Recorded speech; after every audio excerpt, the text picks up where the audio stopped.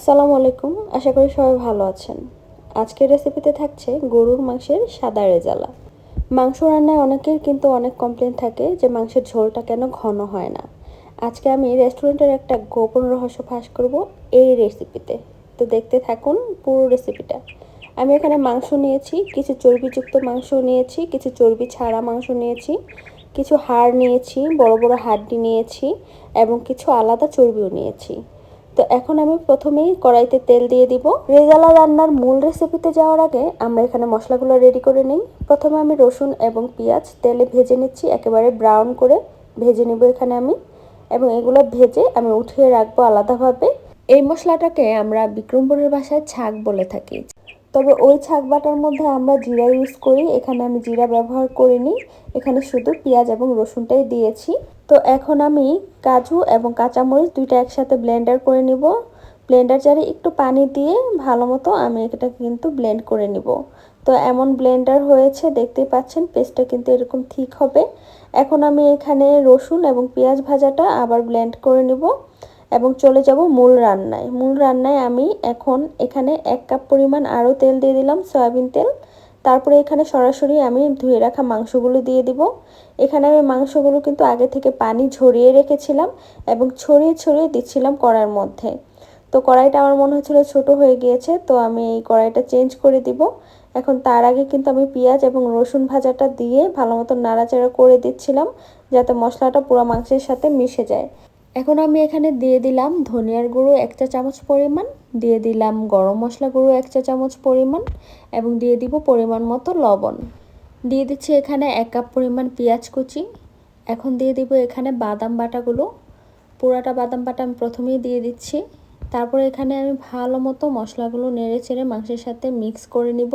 মাংসটা কিন্তু নেড়ে চেড়ে আমি রান্না করেছি এবং ঢাকনা দিয়ে ঢেকে দিয়েছিলাম। এখন কিন্তু কিছুটা সিদ্ধ হয়ে গিয়েছে এবং পানি উঠে গিয়েছে। ঠিক এই পর্যায়ে আমি এখানে দিয়ে দিব এখানে হলুদের গুঁড়ো 1 চা চামচ পরিমাণ এবং দিয়ে দিব মরিচের গুঁড়ো 1 চা চামচ পরিমাণ।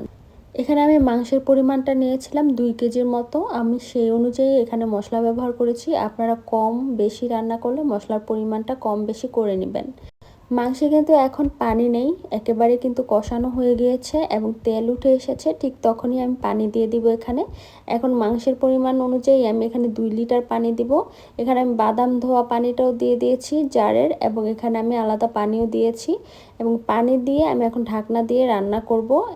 ভিডিওর শুরুতে বলেছিলাম রেস্টুরেন্টে কিভাবে মাংসের ঝোল ঘন করে, সেটা আমি আপনাদেরকে দেখাবো। তো চলুন তাহলে রেডি করে নেই। এখানে আমি 2 চামচ পরিমাণ নিয়ে নিয়েছি ময়দা নিয়ে আমি এখন এটাকে রেডি করে নিয়েছি, এরকম ঘন করে গুলিয়ে নিলাম। এবং এখানে কিন্তু মাংসটা যেহেতু ঘন হয়ে এসেছে, ঝোলটা অনেকটা শুকিয়ে এসেছে, ঠিক তখনই আমি গুলানো ময়দাটা দিয়ে দিলাম। এখানে দেওয়ার সাথে সাথেই কিন্তু ঝোলটা ঘন হয়ে যাবে। এবং এখানে আমি সেই পর্যায়ে দিব এখানে 2 চামচ পরিমাণ গরম মশলা পানিতে গুলিয়ে রাখা। শেষের দিকে এভাবে গরম মশলাটা দিবেন, দেখবেন ফ্লেভারটা আরও বেশি ভালো লাগবে। আমরা যখন রেস্টুরেন্টে খেতে যাই তখন দেখবেন আমাদের সামনে যে মাংসটা সার্ভ করে সেটার ঝোলটা অন্যরকমই একটা ঘন থাকে। তো আমিও তখন চিন্তা করতাম যে এটা এতটা ঘন কিভাবে হয়। আমরা এত মশলা দেওয়ার পরও কিন্তু আপনি দেখবেন যে মাংসটা কয়েকবার জাল হওয়ার পর ওরকম ঘন হয়। তো আমি আপনাদেরকে এই ট্রিক্সটা ট্রাই করে দেখালাম, যে এটা করে দেখবেন যে কি পরিমাণ একেবারে রেস্টুরেন্টের মতো হয়, আর খেতে কিন্তু কোনো অংশে কোনোভাবে এটা স্বাদ নষ্ট হয় না। যেহেতু আমরা অনেক মশলা মাংসে ইউজ করি, ওটার জন্য কোনো রকম কোনোই হয় না, বরঞ্চ এটা স্বাদ দ্বিগুণ হয়ে যায়। তো আপনারা কিন্তু ঠিক এভাবে রান্না করে নিতে পারেন, বাড়ির সবাই কিন্তু এটা খেয়ে একেবারে মুগ্ধ হয়ে যাবে।